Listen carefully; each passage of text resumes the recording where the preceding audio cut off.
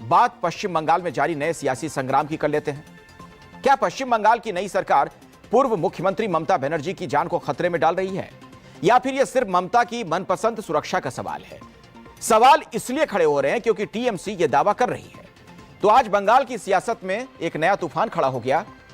वो 15 साल तक मुख्यमंत्री रही, लेकिन अब वो सत्ता में नहीं है, और जब सत्ता बदलती है तो सुरक्षा भी बदलती है। लेकिन यही एक बदलाव पूरे बंगाल की सियासत में आग लगा रहा है।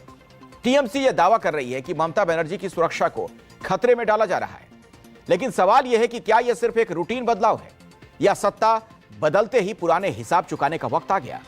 ममता के करीबी सांसदों का आरोप यह कि दीदी के भरोसेमंद सुरक्षा कर्मियों को जानबूझकर हटाया गया। टीएमसी सांसद डेरेक ओब्रायन ने कल रात ममता बनर्जी के घर का एक वीडियो पोस्ट किया। इस वीडियो में वो ये दावा करते हुए सुने जा सकते हैं कि ममता बनर्जी के घर की सुरक्षा हटा दी गई।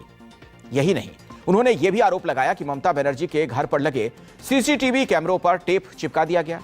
डेरेक ओब्रायन ने आरोप लगाते हुए कहा कि ममता बनर्जी की सुरक्षा में तैनात 3 पीएसओ यानी निजी सुरक्षा अधिकारियों को बदल दिया गया है।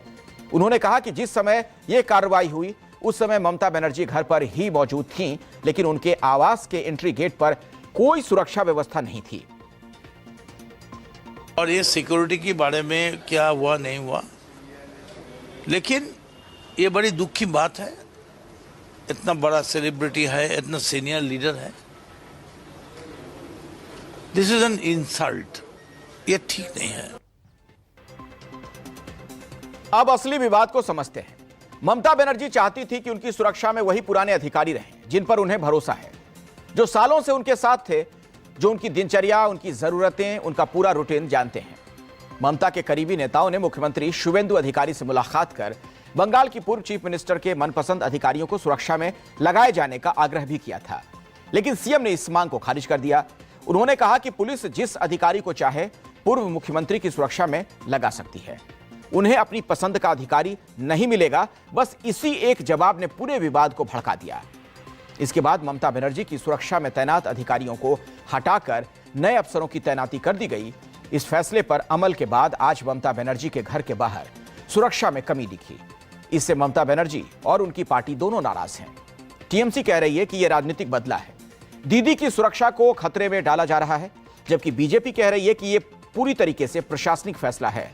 यहां तक कि ममता के जो पुराने साथी भी हैं, इसमें कुछ भी गलत नहीं मान रहे। It is the internal matter of TMC. The party has been bifurcated into 2 groups, and the maximum MLAs are with the Rito Broto. It is a dispute between their party. You know, every person's security is always remain under review. So it is a totally administrative decision.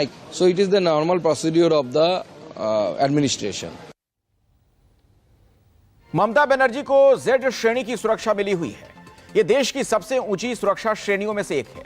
यहां ध्यान देने वाली बात यह है कि ममता बनर्जी की सुरक्षा में कटौती नहीं की गई, सिर्फ उनकी सुरक्षा में लगे कुछ सुरक्षा अधिकारियों को बदला गया। यानी उनकी सुरक्षा में तैनात पुराने अधिकारियों को हटाकर नए लगा दिए गए। ऐसे में एक जरूरी सवाल यह कि क्या सच में ममता खतरे में है, या यह टीएमसी की तरफ से सहानुभूति जुटाने का प्रयास है?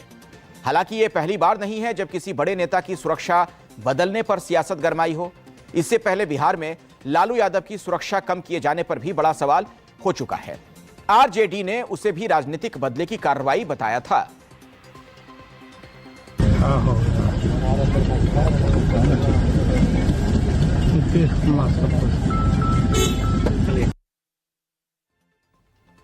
तो सत्ता बदलने के बाद पूर्व मुख्यमंत्री की सुरक्षा बदलना यह अपने आप में कोई गैर कानूनी बात नहीं है।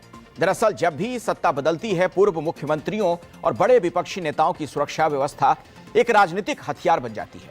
नई सरकार अगर सुरक्षा घटाए तो विपक्ष कहता है यह बदला है, नई सरकार अगर सुरक्षा बनाए रखे तो समर्थक कहते हैं यह एहसान है। दोनों तरफ से सियासत तो होती है।